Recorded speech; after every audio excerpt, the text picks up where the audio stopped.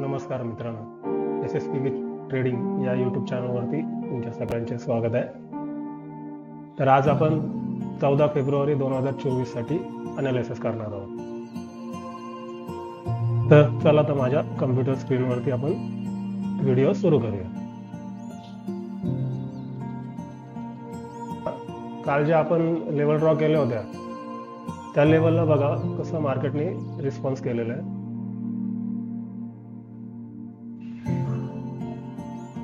Market थोडं gap up open झालं, म्हणजे आपल्या रेजिस्टन्सला ओपन झालं आणि तिथून त्या रेजिस्टन्सला ब्रेक करून थोडंसं मार्केट वरती गेलं. म्हणजे सकाळी आपली एक एंट्री झाली असती.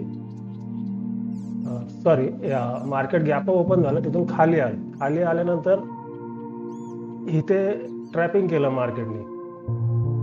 आता इथे समजा कोणी एंट्री केली असती तर ऑफकोर्स त्याचा स्टॉप लॉस हिट झाला असता, आणि तसंच झालेलं आहे. मार्केटने स्टॉप लॉस हिट केला सगळ्यांचा आणि तिथून वरती गेलं. तर लक्षात ठेवा, कधी पण आपल्याला सपोर्टला किंवा रेजिस्टन्सला एंट्री भेटत असेल तर लगेच एंट्री नाही करायची, थोडं वेट करायचं कन्फर्मेशनचं.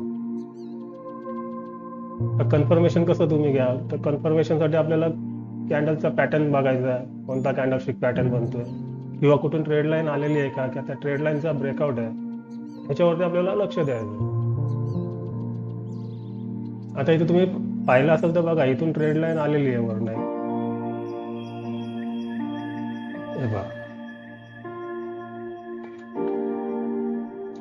इथून एक ट्रेड लाईन आलेली होती. हो ना, आपली एंट्री ह्या ट्रेड लाईनच्या ब्रेकआउटलाच व्हायला पाहिजे.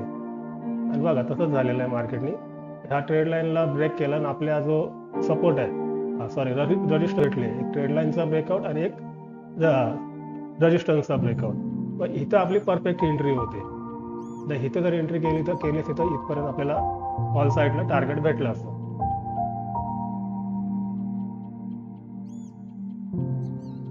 पण मी कालच्या व्हिडिओ सांगितल्याप्रमाणे आजचा माझा व्ह्यू बेरिश होता, तर आपल्याला बेरिश साईडलाच ट्रेड घेण्याचा प्रयत्न करायचा होता. बेरिश ट्रेड पण इथून भेटलेला आहे चांगल्या प्रकारे. इथून ब्रेकआउट झाल्यानंतर इथे एक आपली पहिली एंट्री झाली असती, पहिला ट्रेड. त्याच्यानंतर जेव्हा मार्केट पुन्हा रिव्हर्स आलं आपल्या ह्या सपोर्टला, त्या सपोर्टला येऊन पुन्हा मार्केट वरच्या दिशेला ट्रॅव्हल करायला चालू केलं, तर इथे आपली दुसरी एंट्री झाली असती.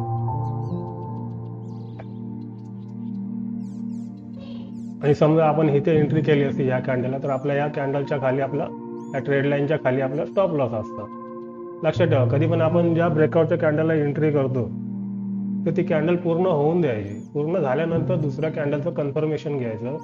जर समजा ती रिटेस्ट करायला खाली येत असेल तर ती रिटेस्ट पूर्ण होईपर्यंत आपल्याला वेट करायचा. रिटेस्ट पूर्ण झाल्यानंतर जेव्हा तिसरी कॅन्डल ग्रीन बनेल, ग्रीन बनल्यानंतर आणि त्या कॅन्डलचा क्लोज, तर तिथं आपला ट्रेड बनतो. मग तिथे आपण एंट्री करायची आणि ब्रेकआउटची जी कॅन्डल आहे त्याच्या खाली आपला स्टॉप लॉस लावायचा.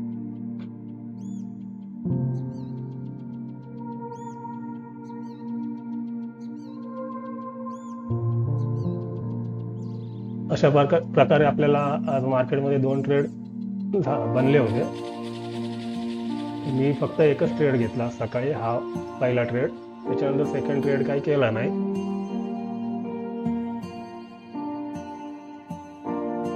आणि मार्केटचं सेंटिमेंट सध्या बेरिशच आहे, त्याच्यामुळे आपण जास्त करून पुट साईडला ट्रेड घेण्याचा प्रयत्न करायचा.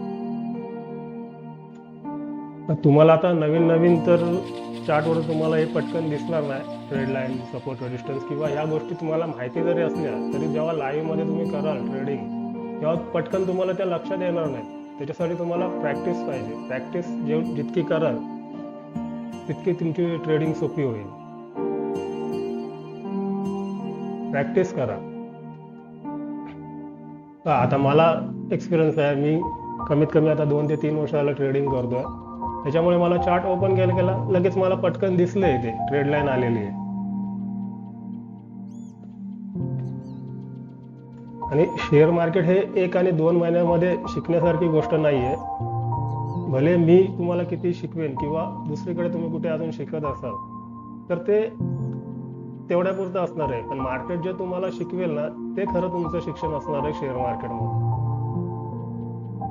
त्याच्यामुळे जितकी तुम्ही प्रॅक्टिस कराल तितकं तुमच्यासाठी चांगलं आहे शेअर मार्केटमध्ये, तेवढं तुम्ही शेअर मार्केटमध्ये व्यवस्थित राहाल. तर चला आता आपण उद्याच्या ट्रेडिंगसाठी ॲनालिसिस करूया.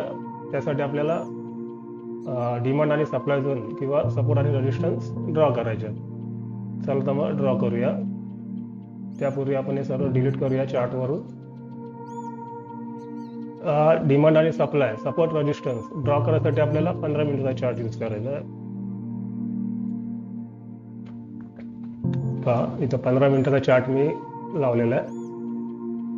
आता इथे आपल्याला कुठे दिसतंय डिमांड आलेला आणि सप्लाय आलेला.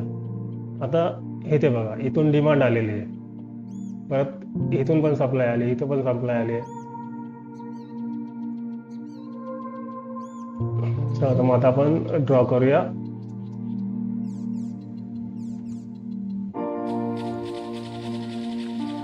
पहिला हा सप्लाय झोन ड्रॉ करूया.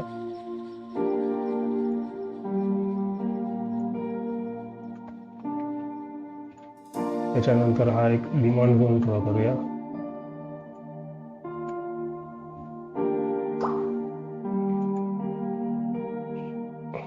आपण एक ड्रॉ करूया. त्याच्यानंतर बघा इथून एक सप्लाय आलेली आहे चांगल्या प्रकारे, तो पण ड्रॉ करूया.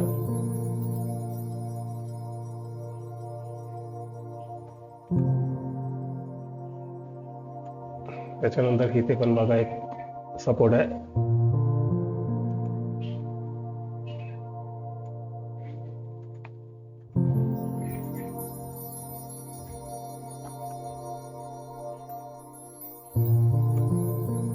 हा एक ड्रॉ करूया.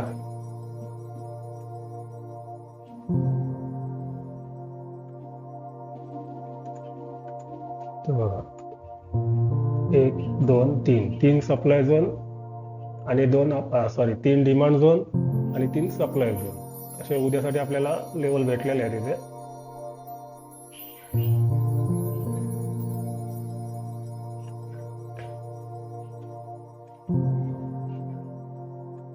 आता इथे पण पाहू शकता तुम्हाला, इथून पण एक ट्रेड लाईन दिसेल आलेली. ड्रॉ करून दाखवतो तुम्हाला.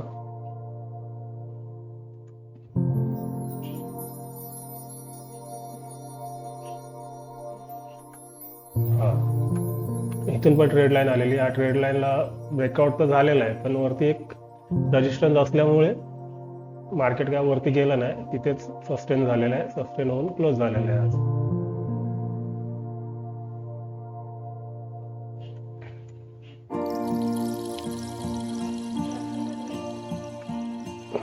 थोडा आता आपण डेली टाइम फ्रेम वरती पाहूया काय आपल्याला डेली टाइम फ्रेम दाखवते ते.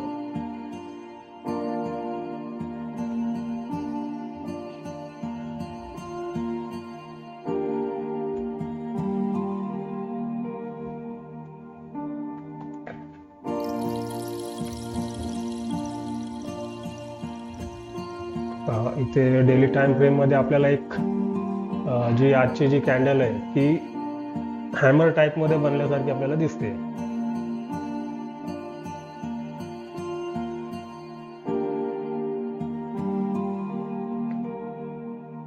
पाहू शकता तुम्ही, हॅमर बनलेला आहे. आजची कॅन्डल जी हॅमर बनलेली आहे आणि ती हॅमर कुठे बनलेला आहे पहा, इथे एक रेजिस्टन्स आहे. ही जी आपण जी तिसऱ्या नंबरची जी लेवल ड्रॉ केलेली आहे तो एक रेजिस्टन्स आहे आणि त्या रेजिस्टन्सला हॅमर कॅन्डल बनलेली आहे. म्हणजे आता हॅमर कॅन्डल कुठं बनते हे मी तुम्हाला शिकवलेलं आहे. हॅमर कॅन्डल ही डाऊन ट्रेंडच्या वेळी सपोर्टला बनते आणि तेव्हा तिथून मार्केट वरती जातं. तर आता हा जो हॅमर बनलेला आहे तर हा आपल्याला काय उपयोगाचा नाही. हा जर हॅमर सपोर्टला इथे किंवा इथे बनला असताना तर आपण एक कन्सिडर केलं असतं की मार्केट वरती जाईल. पण हा रेजिस्टन्सला हॅमर बनल्यामुळे आपण याला जास्त इम्पॉर्टन्स देणार नाही. उद्याचं पण मार्केट बेरिशच राहणार आहे. आपल्याला बेरिशच ट्रेड करायचं आहे उद्या पण. आता हे सध्या मार्केटमध्ये थोडं करेक्शन चालू आहे, रिट्रेसमेंट चालू आहे. आता हे रिट्रेसमेंट कमीत कमी 21,500 किंवा 21,000 पर्यंत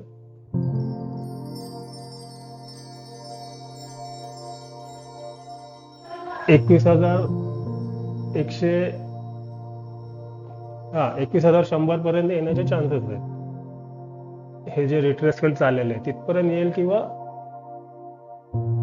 21,500 पर्यंत मार्केट येऊ शकतं आणि तिथून नंतर एक वरती आपल्याला पुल बॅक बघायला भेटेल मार्केटमध्ये. तर हा होता आपला उद्याचा ट्रेडिंगसाठी आपला प्रेडिक्शन होतं. हा व्हिडिओ जर तुम्हाला आवडला असेल तर लाईक, शेअर आणि सबस्क्राईब करा. धन्यवाद.